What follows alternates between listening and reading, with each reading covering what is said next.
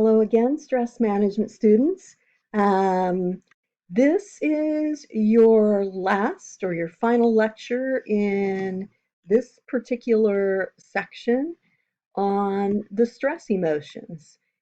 And I mentioned in the previous video that I like to bring this topic into class, this topic of loneliness, because for a couple of reasons. There's more research right now um, going on into this area of loneliness, and then also experiencing loneliness results in the production of stress hormones. So loneliness ends up getting experienced as a stressor. Once again, the two stress emotions are anger and fear. Loneliness is not considered one of the key stress emotions, but I think it's an important one to actually talk about. And I think another reason that it's important to bring this up in stress management classes is because um, the percentage of people that actually experience loneliness, the research is indicating that we're having some real challenges in this area in our society right now. And so I think this is a good topic. This particular person, Guy Winch, he's a licensed psychologist, but the information that I'm presenting in this PowerPoint is related to some of the work that he has done in this area. So I just wanted to start with this statement, and this is a statement from Guy Winch. Um, Loneliness activates our physical and psychological stress responses and suppresses the function of our immune systems. Okay, this puts us at increased risk for developing all kinds of illness and diseases, including cardiovascular disease. And then this is the one that to me is this part of it's the real kicker. Shockingly, the long term risk chronic loneliness poses to our health and longevity is so severe, it actually increases risk of an early death by 28%. So, experiencing loneliness, and especially chronic loneliness, long term loneliness, has some, real negative effects for us, not only psychologically or emotionally, but also in terms of our physical well being. So this article that I've actually taken this information from was entitled "How to Beat Loneliness," and I think most of you can relate to this statement. I like to be alone, but I hate being lonely. Um, and what I mean by that is I think most of us are able to differentiate between being alone and being lonely. There's a difference. I think I've mentioned that I'm pretty introverted. I actually enjoy being alone, and not all the time, but I need my alone time. Um, but that's very different than this experience of feeling lonely. And to get us started on this topic, there are a couple of really important things to understand about loneliness, how it can impact us. Now, this first statement over here is talking about how loneliness distorts our perceptions.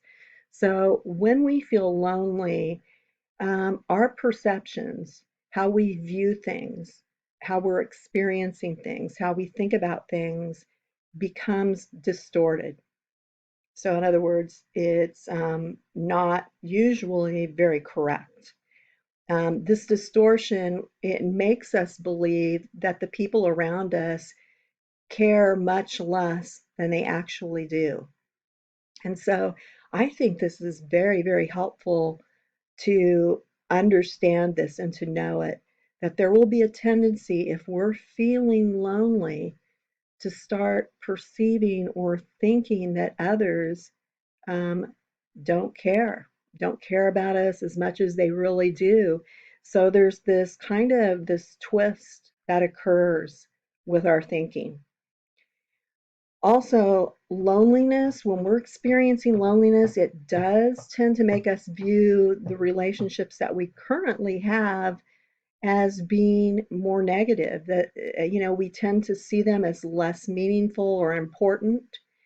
And so I know that it's helpful, in the times that I experience loneliness or that I have experienced loneliness, I think it's really helpful if we can remember, oh, wow, how I'm viewing my relationships and what I'm thinking that other people think about me.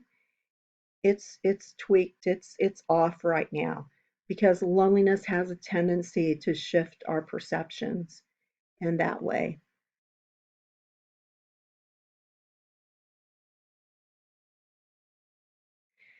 Okay, so when they're distorted, when our perceptions become off, this in turn will tend to affect how we behave. And this what this slide's referring to is that these distorted perceptions can have a huge ripple effect. Um, some of the ways that our behavior can actually shift is that we become more hesitant to reach out. And it's so interesting to me because, if we're feeling lonely, the helpful or the best thing to do would be to start reaching out to others a bit more. But because of those shifting perceptions, we tend to do less of that. With those perceptions, there are a couple of, or with this particular behavior change, there are a few things mentioned underneath here. There's a tendency for us to feel more emotionally raw.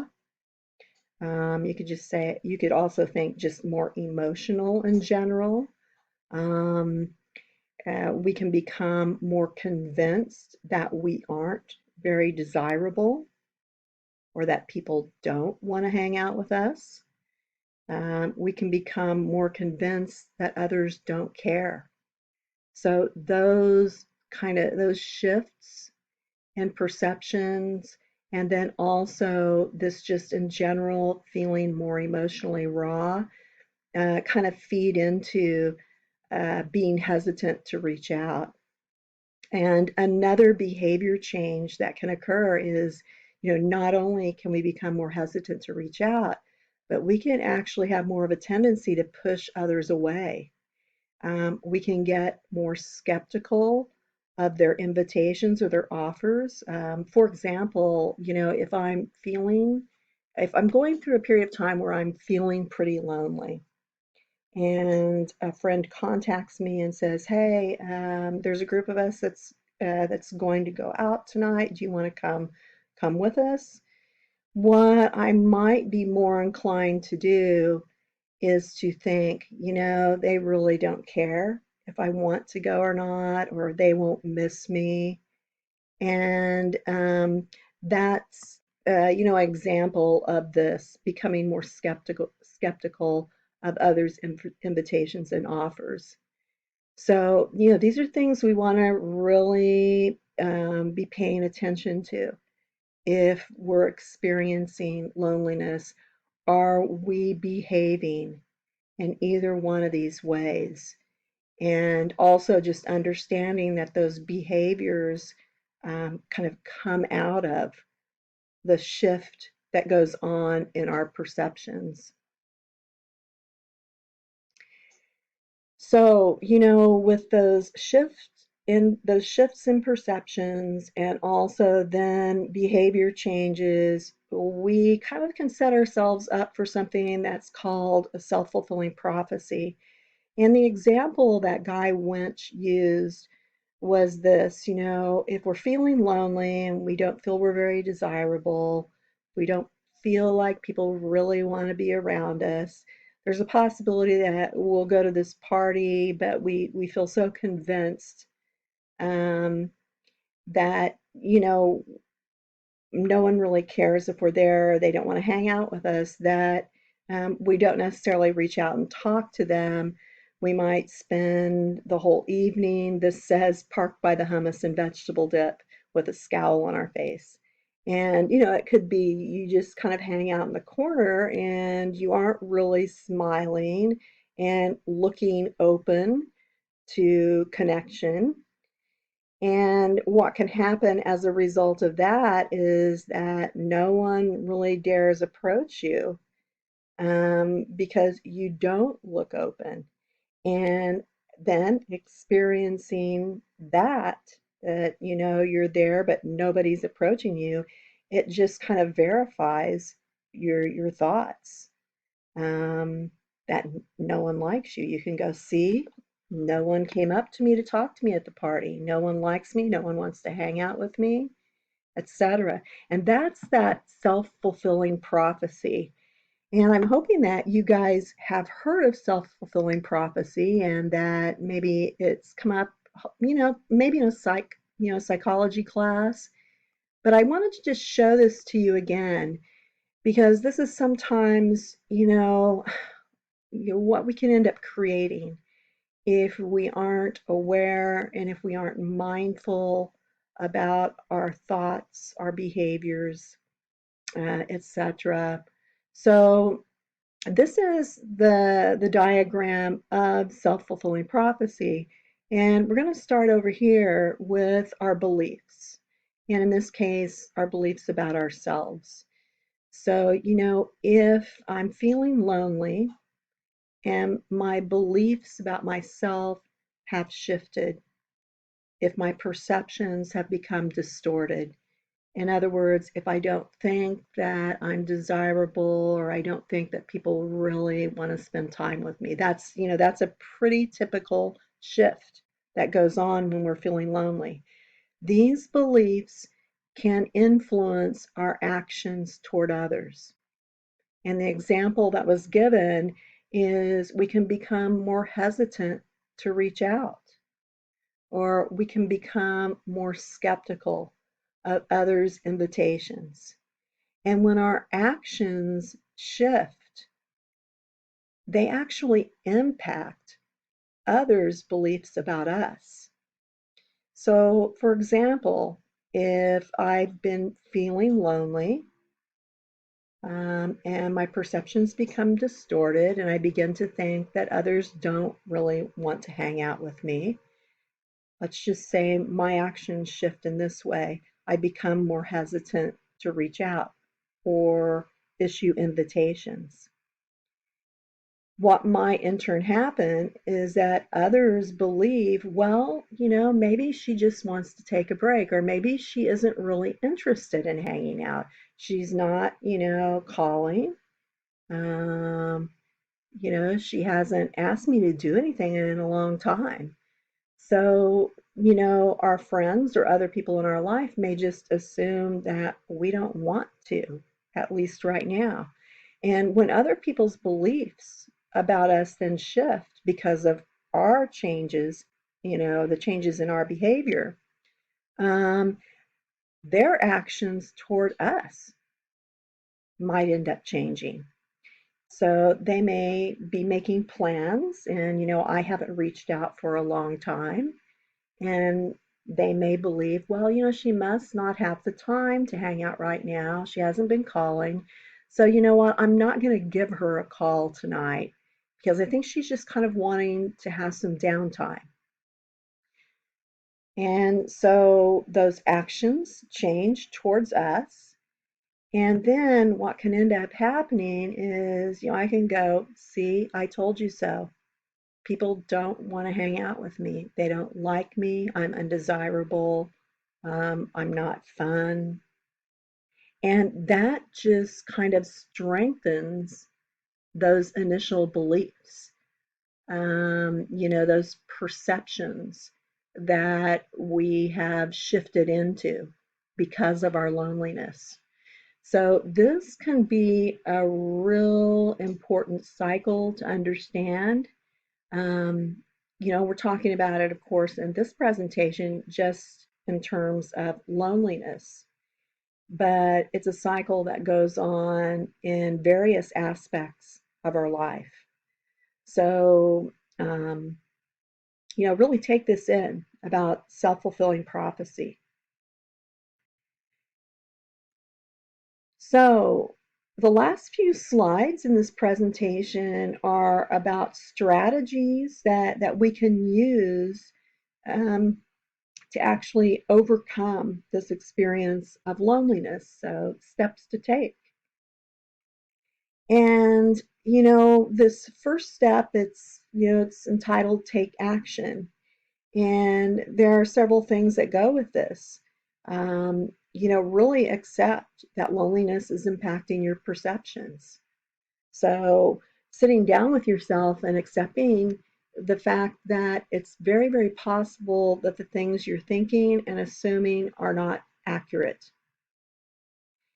Also, taking in and understanding that people are likely to respond much more positively than you expect.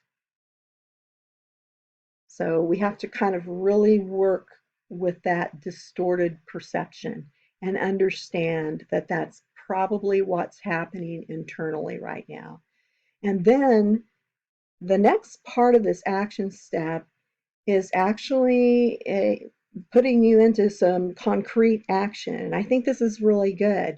The suggestion is to make a list of 5 people you've been close to in the past. And the next step, reach out to them and suggest getting together and catching up. Now, what I like about this is there are some specific instructions about how to make this happen. So, in terms of listing people and then planning to reach out, you know, another important piece of this is remembering to give others the benefit of the doubt. If someone has really enjoyed your company in the past, chances are they'll enjoy spending time with you in the present now. And if it's a case where you have not been close lately, remember that it might have absolutely nothing to do with you. I think, and I think it's so easy sometimes to slip into this, well, we haven't been in touch lately, they must not want to hang with me anymore, and to kind of turn it into this, it's all about me thing. There's a real possibility they've just gotten busy in life. There's a real possibility they've thought of you too, and they've wanted to connect, but just haven't pulled it off yet. Um, they could have been going, it's possible that they've gone through something. So, when you're making that list of 5 people, giving them the benefit of the doubt and remembering your experiences in the past with them were good ones. And so they're probably really going to welcome spending some time with you now.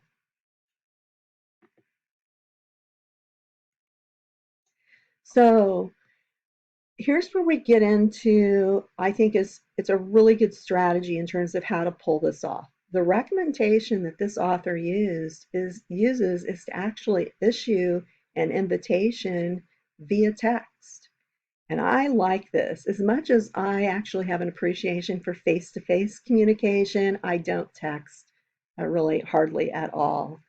I do like the idea of using it in this situation because when we're feeling lonely, it can be kind of hard to rally up and put on the happy face, give someone a call, and say, "Hey, what are you doing? How's life going?" And be all cheery. So, the suggestion here is when using a text, you can use emoticons to create the smiley face that you might have a hard time manufacturing on your own face. So I like this. You can present yourself in perhaps a cheerier fashion via text than you might feel up to doing in person. And then prior to sending that text saying, hey, do you want to get together for coffee this weekend? Or, um, would you like to try to plan a time to go to a movie or whatever, in the next week? It suggests to be sure and review your text message before you send it. And some things that that this author suggests you look for um, is this: really, with your text message, avoid accusations. It might be tempting to say something like, you haven't called me in months, or we haven't seen each other in so long, or even making some type of a statement. He refers to this as a statement of disconnect. um, a statement of disconnect might go something like this: I know it must be weird to hear from me. So the idea is get rid of all that. So don't do that. And then when you're reviewing your text before you send it, it says be sure to express positive sentiment: was thinking about you, or miss you. Um, Definitely issue an invitation, okay? Um, Rather than making a statement like, well, we should get together sometime, okay? So issue that invitation. And then the next piece of this is, yes, issue the invitation and also be specific in terms of time frame. How's next week looking for you? Or what's a good day this month? So I love this because it really gives you kind of this more specific prescription on how to reach out. And I think when we're feeling lonely, it can be really helpful to have something like this on hand to refer back to help us, to help ourselves along when we're trying to reach out, especially when we're probably not feeling like it. So I think this is really cool, and I want to share, a couple of experiences that I've had um, lately, on a more personal level. I think it's been about 4 weeks ago, 6 weeks ago, that I heard from a friend that was a good friend of mine when I was in my 30s. And we actually fell back in contact because a mutual friend had passed away. And she somewhat issued an invitation. It was, would you like to get together for dinner sometime? And I replied, yeah, that would be great. I'd love to. And nothing ever happened. There was, within that invitation, there was no specific time frame. There was no nailing it down. And I'm sure a lot of you guys can relate to this. I'm sure you've reconnected with people, um, and there's been that general, let's do this sometime, but things don't happen. And so with this strategy, really, nailing it down. And then, another example, and this is maybe a really good example, during this social distancing thing. It's been interesting. I've actually reconnected with some people, and we're doing it via video chat. An old friend from high school. I had some really good friends from high school, but an old friend from high school reached out to three of us on Monday night and said, would you like to do a video chat? All of us get together. And I said, yeah, sure, that sounds great. She followed up with, how about 6 p.m. on Wednesday night? It happened. We all chatted. And so there was that, really nailing things down. So, hopefully this has been helpful or interesting, or there's something in here that you'll remember and be able to use if or when you experience some degree of loneliness. I think we all go through it. It's just another one of those stressors, and it is a stressor. And it's another one of those stressors that it's important for us to learn to manage. And it's also really helpful if we have a strategy. And, now you guys, that have maybe a bit of a strategy if you had not had one um, before. So, one more slide. We've talked about a lot of more unpleasant emotions in this particular section. I mean, good grief. I always kind of laugh. I spend, it's usually 2 weeks in class or sometimes a little longer if there's a lot of discussion. I've done this section sometimes over 3 weeks. But we talked about anger, we've talked about fear, and all of those shades of anger and fear. And then we've finished up with loneliness. And so it kind of cracks me up to think sometimes I spend 3 weeks talking about anger, fear, and loneliness.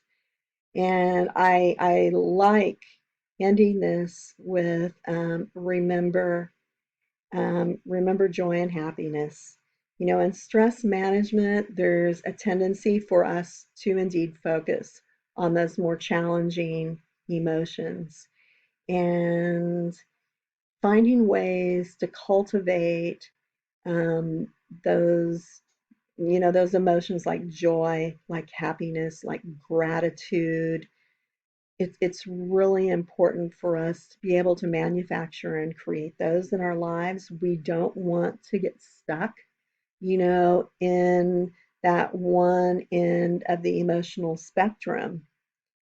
So, so that's it for this lecture on loneliness. And this also wraps up the lecture series.